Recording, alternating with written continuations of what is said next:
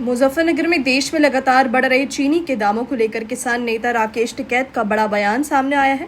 उन्होंने कहा कि चीनी के दाम बढ़ रहे हैं लेकिन गन्ने का रेट नहीं बढ़ाया गया है। टिकैत ने सवाल उठाए कि चीनी के बढ़े हुए दामों का फायदा आखिर गन्ना किसानों को क्यों नहीं मिल रहा। राकेश टिकैत ने कहा कि चीनी व्यापारियों और बड़े स्टॉक होल्डरों के पास चली जाती है, जिसके बाद बाजार में इसके दाम बढ़ते घटते हैं। उन्होंने कहा कि बड़ी बड़ी कंपनियों के फूड सेक्टर में आने के बाद कीमतों पर नियंत्रण की जिम्मेदारी सरकार की है। टिकैत ने सवाल उठाया कि अगर चीनी मिलों ने चीनी के दाम बढ़ाए हैं तो क्या उन्होंने गन्ना किसानों को भी इसका लाभ दिया है। उनके मुताबिक चीनी के बढ़े हुए दाम का पैसा बड़े व्यापारियों और स्टॉक होल्डरों तक पहुंच रहा है, जबकि किसान को उसके गन्ने का उचित लाभ नहीं मिल रहा।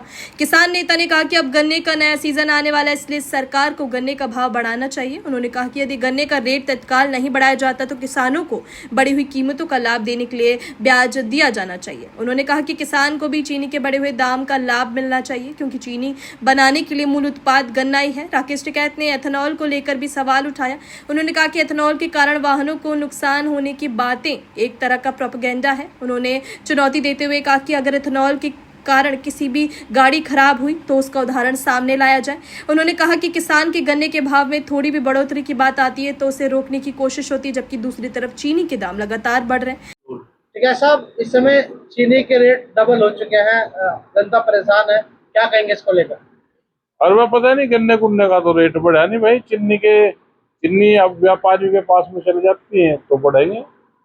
जो बड़ी कंपनियां फूड क्षेत्र में आवेगी तो कंट्रोल तो सरकार को करना है ना कि किस चीज के दाम कितने बढ़ रहे हैं।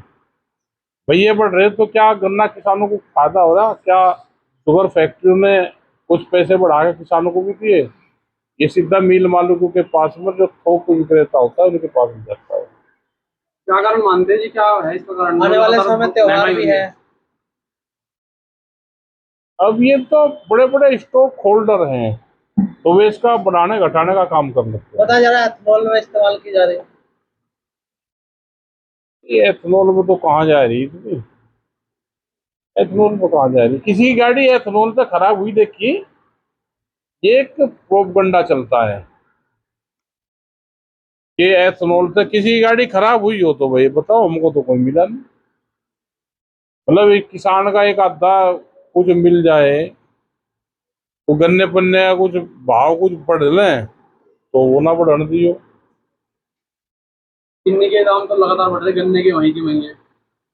गन्ना तो अब आएगा तो बढ़ाना चाहिए, या आप ब्याज दे दें भाई, इसका लाभ कुछ किसानों को भी तो मिल जाए, बड़े होगा। गौरतलब है कि चीनी की कीमतों को लेकर अब आम उपभोक्ता में भी चिंता बढ़ रही है। दावा किया जा रहा है कि कई जगह चीनी के दाम 40-45 रुपए से बढ़कर करीब 60 रुपए प्रति किलो तक पहुंच गए हैं। ऐसे में लोगों की नजर इस बात पर है कि आने वाले दिनों में चीनी के दाम और बढ़ेंगे या फिर वापस नीचे आएंगे। राकेश टिकैत ने साफ कहा कि चीनी की बड़ी कीमतों का फायदा केवल व्यापारियों या स्टॉक होल्डरों तक सीमित नहीं रहना चाहिए, बल्कि इसका लाभ गन्ना किसानों तक भी पहुंचना चाहिए। अपनी राय हमें कमेंट में जरूर बताएं और ऐसे ही लेटेस्ट अपडेट्स के लिए हमारे चैनल रॉयल बुलेटिन को लाइक, शेयर और सब्सक्राइब करना ना भूलें।